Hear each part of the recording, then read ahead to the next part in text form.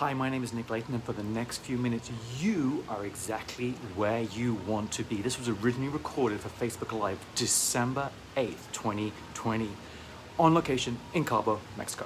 Now, today what I'd like to talk about is how your team may be suffering from fatigue, crisis fatigue, pandemic fatigue. They are getting tired.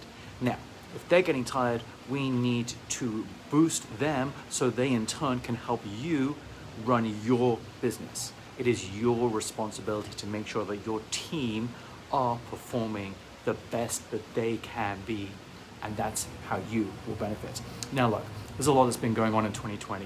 There's pandemic fatigue, there is anxiousness, there is widespread social unrest, there's an economic crisis, so there's a lot for your team to be suffering. Now, if you go and ask them how they're doing, they'll probably say, yeah, I'm okay, I'm doing all right. But really, we've got to get beyond that. I think if you ask them at a deeper level, you're going to see that they are suffering from anxiousness, from loneliness, from being burnt out. In fact, they've probably lost a sense of optimism. In fact, there are recent research which show that 75% of workers in the US have lost their sense of optimism. So what can we do about that? Okay, there are 3 things that you should be doing with your teams right now to boost their morale, to boost their efficiency, so they can work ultimately for you and your organization. The first thing we need to do is we need to administer an antidote for the discourseness that's going on. So let me rephrase that. We need to give them bounded optimism.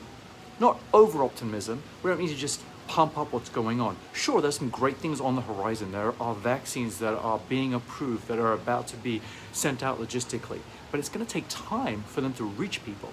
So let's talk about the optimism with our team, but let's put that in real terms.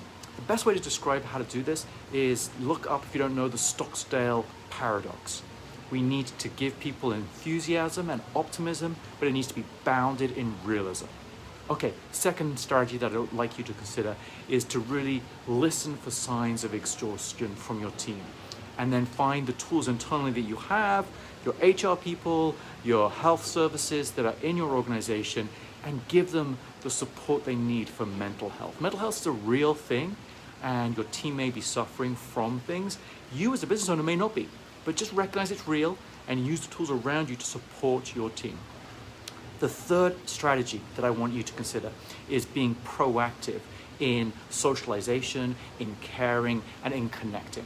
So when we started with the pandemic, people were doing virtual happy hours and things like that, and they may have fallen down a little bit since. So let's reinstate those, particularly now. Let's find ways of connecting and caring with our teams. Are you normally a kind of company that has a holiday party?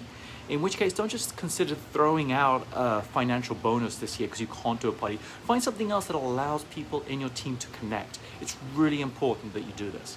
Okay, now it's your turn. Please post here what you're doing to look after your team and how you're boosting your team and providing them the support they need so they can support you and your business. If you found just one nugget of advice or inspiration in this video, please do me a favor, share, like, follow, and join me next Tuesday when I will give you more insight and more advice on what entrepreneurs and business owners are doing in the business environment today. My name is Nick Layton. I wish you passion, profit, and happiness.